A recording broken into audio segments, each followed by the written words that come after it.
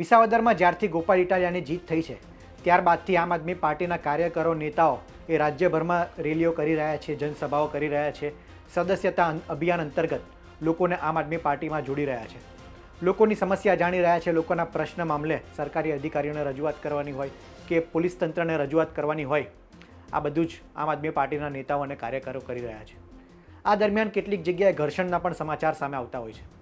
આવા જ ઘર્ષણના સમાચાર સામે આવ્યા છે જાલોદમાં આમ આદમી પાર્ટીના વિધાનસભા ઇન્ચાર્જ અનિલ ગરસિયા વિસ્તારમાં વિવિધ સમસ્યાઓને લઈને તાલુકા પંચાયતની કચેરીએ રજૂઆત કરવા ગયા હતા.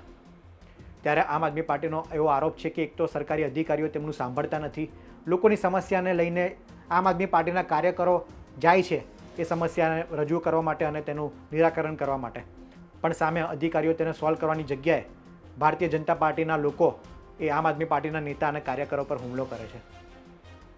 જાલોદમાં આમ આદમી પાર્ટીના ઇન્ચાર્જ એવા અનિલ ગરસિયા પર સરપંચ અને તેના મળતિયાઓએ હુમલો કરવાનો આરોપ આમ આદમી પાર્ટી લગાવી રહી છે. એટલું જ નહીં, આમ આદમી પાર્ટી એવું કહી રહી છે કે આમાં અધિકારીઓ અને પોલીસ પણ તેમને સહયોગ નથી કરતી. પોલીસે સમગ્ર મામલે ફરિયાદ લઈને કાર્યવાહી કરવાની હોય તે મામલે જે હુમલો કરે છે તેની પણ પોલીસ ફરિયાદ લે છે અને સામસામે બંને પક્ષે ફરિયાદ નોંધાઈ છે. આમ આદમી પાર્ટીનો કાર્યકરના આ હુમલામાં ઈજાગ્રસ્ત થાય છે અને અત્યારે તે હોસ્પિટલમાં સારવાર હેઠળ છે. સાંભળીએ આમ આદમી પાર્ટીના મનોજ સોરઠિયાએ શું કહ્યું. આમ આદમી પાર્ટીના જાલોદ વિધાનસભાના ઇન્ચાર્જ પ્રોફેસર અનિલભાઈ ગરાસિયા ઉપર તાલુકા પંચાયત કચેરીની અંદર કર્મચારીઓની સામે એક ગામના સરપંચ અને એના મળતિયાઓની ટીમ દ્વારા હુમલો કરવામાં આવ્યો.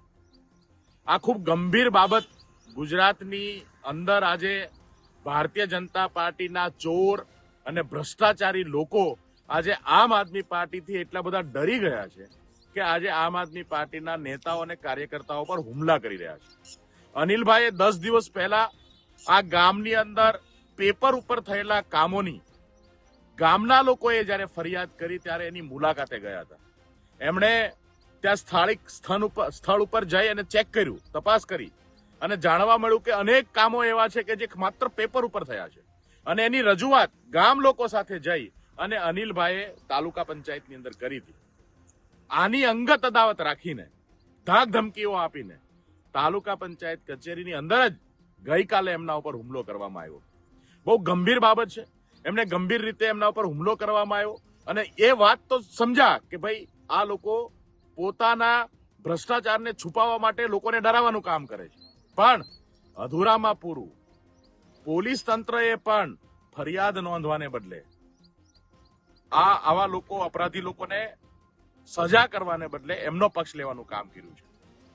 અનિલભાઈની ફરિયાદ લેવામાં ટલ્લા કરીને દબાણવશ ફરિયાદ તો લીધી, પણ સામે પક્ષે પણ ફરિયાદ જ્યારે કે જે ભોગ બનેલો છે એમના વિરુદ્ધમાં પણ ફરિયાદ લેવાનું કામ પોલીસે કર્યું છે.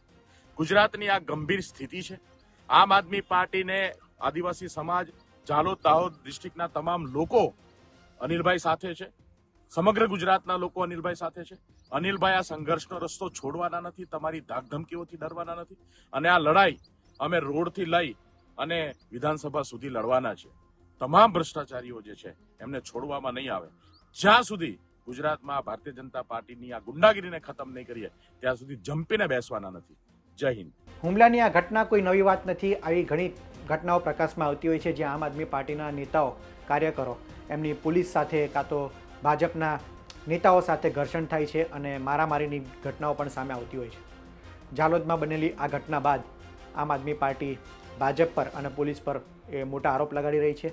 હવે હકીકત શું છે, પોલીસે બંનેની સામસામે ફરિયાદ લઈને કાર્યવાહી હાથ ધરી છે. ત્યારે આગામી સમયમાં એ ખબર પડશે કે ભાજપ તરફે શું કાર્યવાહી થાય છે અને આમ આદમી પાર્ટી વિરુદ્ધ શું તેમનો પણ વાંક છે કે તો પોલીસે પણ તેમની સામે ફરિયાદ લીધી છે તો આમ આદમી પાર્ટીનો શું વાંક છે કે ભાજપના નેતાઓનો જે પ્રકારે આમ આદમી પાર્ટી આરોપ લગાડી રહી છે કે તેમના ઇશારે એ આમ આદમી પાર્ટીના નેતાઓ અને કાર્યકરોને હેરાન કરવામાં આવી રહ્યા છે. આમ આદમી પાર્ટીનો એવો પણ આરોપ છે કે રાજ્યમાં કાયદા વ્યવસ્થાની સ્થિતિ કથળી છે.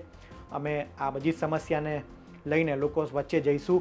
ગમે તેવો વિપરીત સંઘર્ષ કરવાનો હશે પણ અમે સંઘર્ષથી ગભરાવાના નથી અને ભવિષ્યમાં ચોક્કસ એ પરિવર્તન થશે તેવું આમ આદમી પાર્ટી કહી રહી છે. આપનું શું માનવું છે આ મુદ્દે તે અમને કોમેન્ટમાં જરૂર જણાવશો. આ વિડીયોમાં હાલ આટલું જ. ધન્યવાદ.